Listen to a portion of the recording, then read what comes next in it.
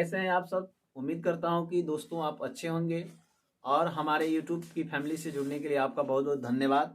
आज हम आपको बताएंगे कि कैसे एग्जाम में कम से कम समय में आप अच्छी तरीके से तैयारी कर सकते हैं। देखिए, बहुत सारे लोग कहते हैं कि 10 दिनों में पूरा कोर्स फाइनल, 20 दिनों में पूरा कोर्स फाइनल, लेकिन जरा आप सोचिए कि 1 साल का कोर्स कैसे 10 और 20 दिन में फाइनल हो पाएगा।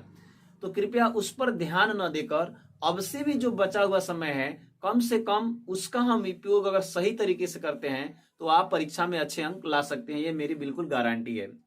तो चलिए आज रस छंद अलंकार में देखा जाए कि किस रस को, किस छंद को और किस अलंकार को अगर हम परीक्षा में पढ़ लें तो 100% एकदम आने का इसका उम्मीद है।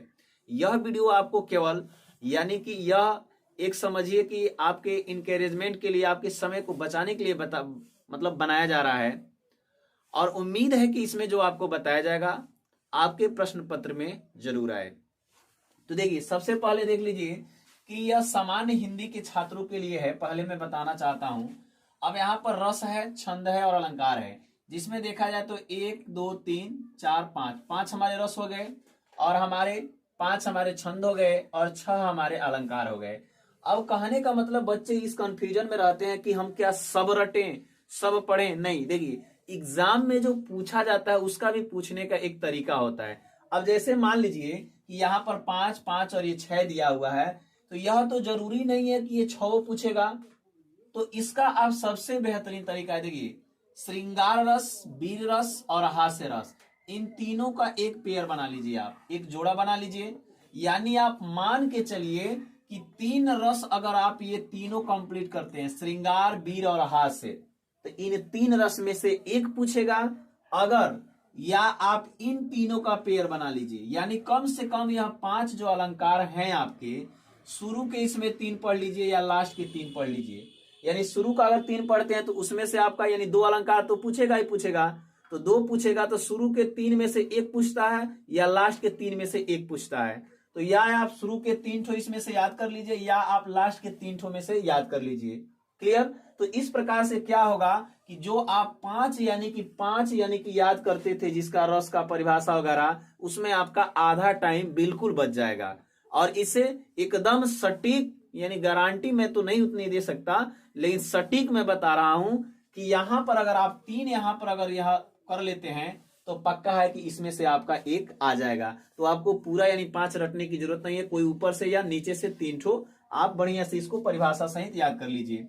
अब यहाँ पे देखिए छंद में वही हाल है, दोहा है, चौपाई है, सोरठा है, रोला है और कुंडलियां है। तो रोला तो मान के चलिए नहीं पूछता है।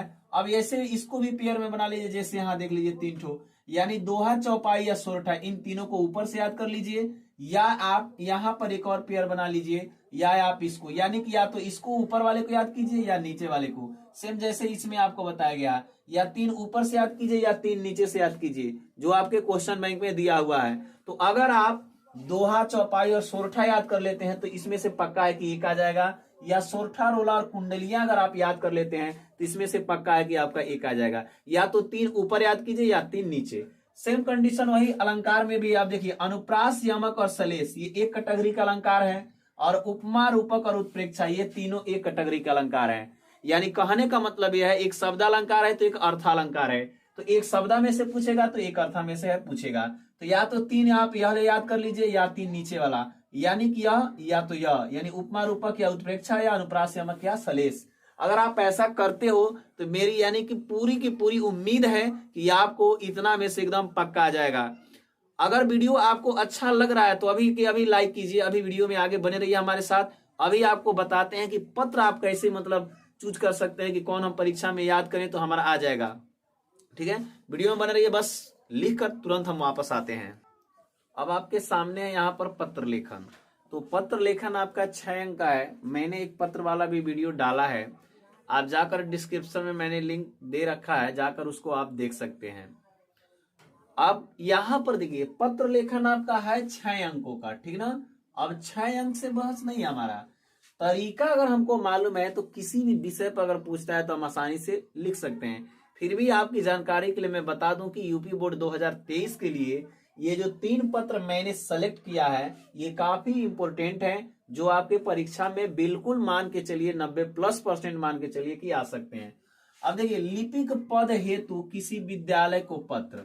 लिपिक पद क्या होता है? जैसे मान लीजिए कागजी काम वगैरह करने के लिए किसी विद्यालय में अगर टीसी काटना है या कोई भी यानी कि फाइल मेंटेन वगैरह करने के लिए आप किसी विद्यालय को पत्र लिखकर ये बता अपनी पहले योग्यता बताइए कि मैं पढ़ा लिखा कितना हूं, मेरा नाम क्या है, मेरा जाति क्या है, मैं कहाँ का रहने वाली, सारा डिटेल देकर, और वहां आपको नौकरी मांगना है किसी विद्यालय के प्रधानाचार्य को ये पत्र लिख करके।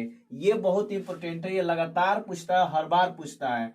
दूसरा है कि बैंक से लोन लेने हेतु, अगर आप जैसे बैंक से लोन लेना चाहते हैं, किसी व्यवसाय को करना चाहते हैं, तो उस पत्र को आप बढ़िया से पढ़ लीजिए। ये भी आपका बोर्ड परीक्षा में काफी बार पूछ चुका है।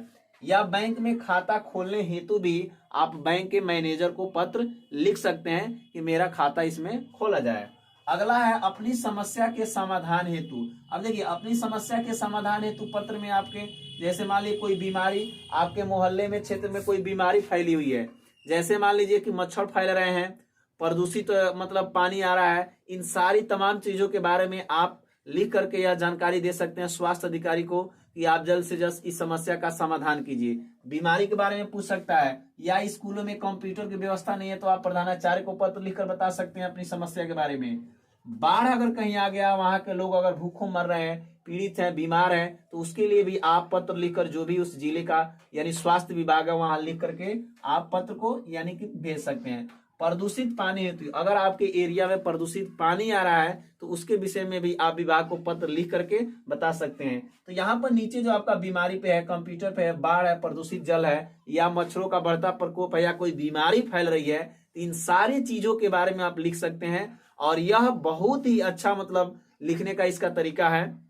यह हमारी आज की पूरी वीडियो रही। अगर ये 4 आप पत्र पढ़ लेते हैं तो बहुत आसानी से आप 6 नंबर प्राप्त कर सकते हैं, और रस छंद अलंकार में आपके 6 नंबर, यानी कि मात्र कि एक वीडियो में अगर आप देख लें तो 12 नंबर का आपका क्वेश्चन बिल्कुल आसानी से आप कर सकते हैं।